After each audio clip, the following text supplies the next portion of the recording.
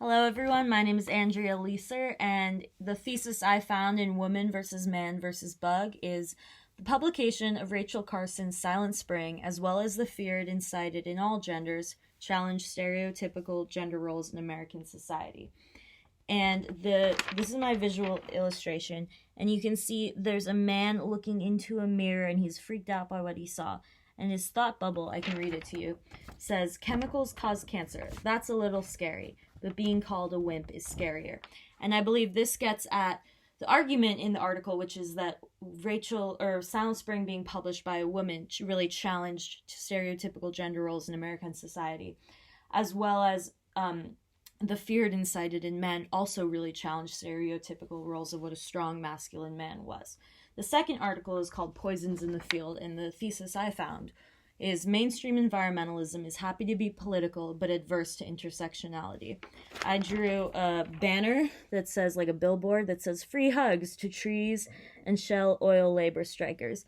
And then I drew a cricket, which is hard to do, and it said "crickets for non-white laborers who need help."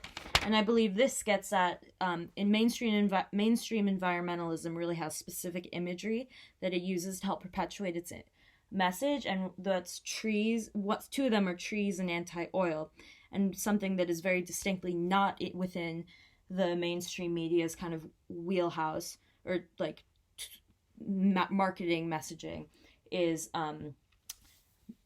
non-white laborers in fields, agricultural workers, and that they kind of just like in this article it shows how they really did not back those people at all when they had serious environmental issues that they needed help with.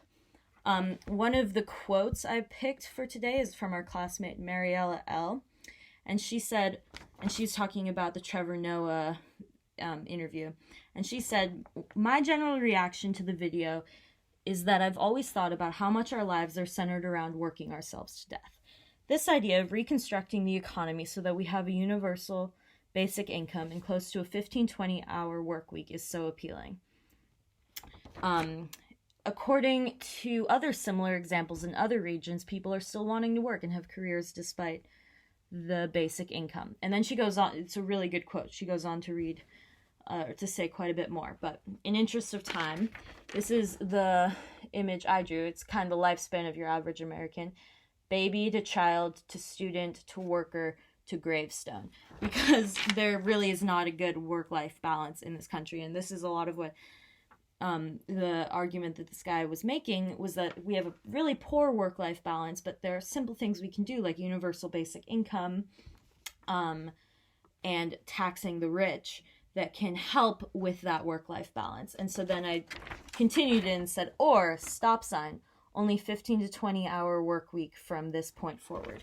And that just kind of gets at the argument that he was making and that Mariella continues to make in the rest of her quote that says that another world really is possible and we can have that. All right, and then my final quote is from our classmate Flavio. Let me pull it up. And he says, it's long, I won't read all of it, but he says it's about the Chilean article and the Chicago Boys. And he says the Chicago Boys restructured the economy to make everything private. But that, and then it's covered by our professor's lovely face, everything that signaled American/capitalist involvement in the coup. In order to ensure that left-wing movements in Latin America were kept out of the public's attention, the United States sponsored Operation Condor, an operation backed by the United States in order to prevent the rise of leaders like Salvador Allende. And then he keeps going, and then at the end, he says, the U.S. tends to equate socialism with dictatorship. But isn't the capitalist system the real global dictatorship, since its lobbying efforts ensure that democratically elected presidents are removed when they don't obey the greater economic order dictated by organizations like the World Bank and the IMF? And that's from our classmate Flavio.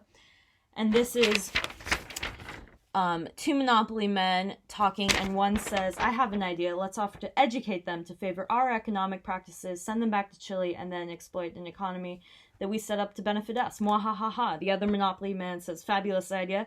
And then Flavio, here in a hat, says, scream, I see right through you.